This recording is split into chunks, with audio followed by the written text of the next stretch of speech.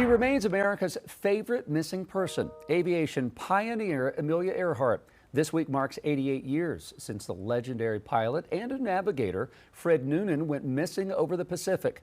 Their disappearance is considered one of the greatest aviation mysteries of all time.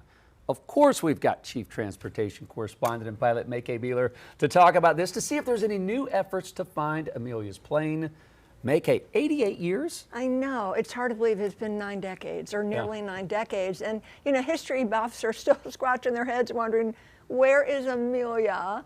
Well, she was so popular in the 1930s. Her fame and admiration made her the Taylor Swift of her day. Well, Amelia vanished toward the end of her attempt to become the first woman pilot to fly around the world. She was already a well-known record-breaking pilot, author, fashionista, and women's rights advocate before her final flight. So in June 1937, she and Fred Noonan took off from Oakland, California in her Lockheed Electra twin-engine plane on an eastbound flight to circumnavigate the world. A month later, they had reached New Guinea. They already flew 22,000 miles, only 7,000 miles more to go before reaching Oakland again. From New Guinea, they only had to fly 2,500 miles to a teeny tiny island out in the middle of the Pacific, Howland Island. They never made it. Oh, it's still sad 88 years later, Mackay. What are kind of the most popular theories that have swirled around for decades about what happened? That she got lost. She ran out of fuel. Listen, folks, didn't have GPS back then. That island was tiny in the middle of nowhere. There are no landmarks. So if you get off course, so possibly ran out of fuel, possibly ditched, or maybe she did land on another tiny little island but succumbed to the brutal tropic environment. Some speculate, eaten by crabs. Oh my gosh. Oh, okay. When you look back over 88 years, there have been a lot of different efforts to try to find, locate her. What are some of those that stand out? Extreme efforts. They did everything they could, as far as we know, marking the most expensive air and sea search in American history up to that point.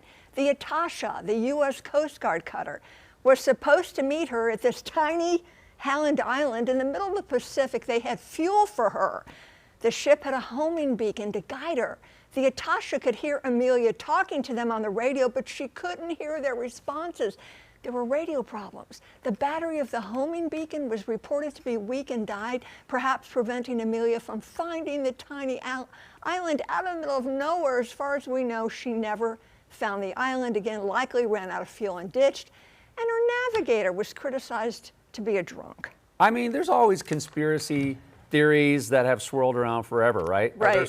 There's probably some pretty off-the-wall ones, too. Yeah, they thought that maybe she was a secret agent for the government, spying on the Japanese island, so they took her as a prisoner. That's one of them. Others, you know, UFO took her. They're out there, yeah, they're out there. Right. Okay, so here we are almost 90 years later. Is the search 100% given up? There's always people out there with money and curiosity. Yes. So last year we talked about Tony Romeo. He was of a Charleston-based company called Deep Sea Vision. He had pictures taken from underwater drones of what he thought was her plane, 20,000 feet down, deeper than the Titanic. We thought it was her plane, but new pictures detailed a rock that was shaped like an airplane, so false alarm. So now something exciting. Oh, okay, what's new with technology, yeah. Purdue University, Amelia was a faculty member there, and they helped fund the search for her many, many years ago. Well, now there is an explorer, Richard Pettigrew, who has found perhaps where her plane is. It's off of Nicamoraro. Nicamoraro, also known as Gardner Island, is a remote, little tiny island located 400 miles southeast of Howland Island. Howland Island was her destination, so if she was 400 miles off course, she could perhaps ditched or crash landed there. No conclusive evidence, but Purdue has pictures from Richard Pettigrew showing what he thinks may be her plane sitting underwater near the beach.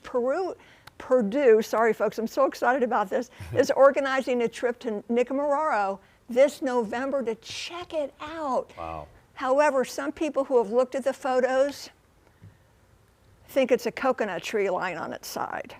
Oh, wow. But we don't know. It could be her plane. Yeah. other artifacts found on Nicomararo in the past. Okay. A skull, a part of a woman's shoe that they thought she could have worn, a bottle of freckle concealer cream. They say she hated her freckles. A part of a navigator's box tools. Sounds interesting, but researchers say yeah, it's not conclusive. Well, first of all, love your freckles if you have freckles, right? Yes. That's how God made you. Second Yes. of all, I know we're out of time. Yeah, What do you think happened? I think she ran out of fuel. Yeah, yeah. Maybe survived a little bit on one of those atolls, which is a tiny little island surrounded by coral. It's brutal, the heat, Yeah, I can't imagine. the crabs.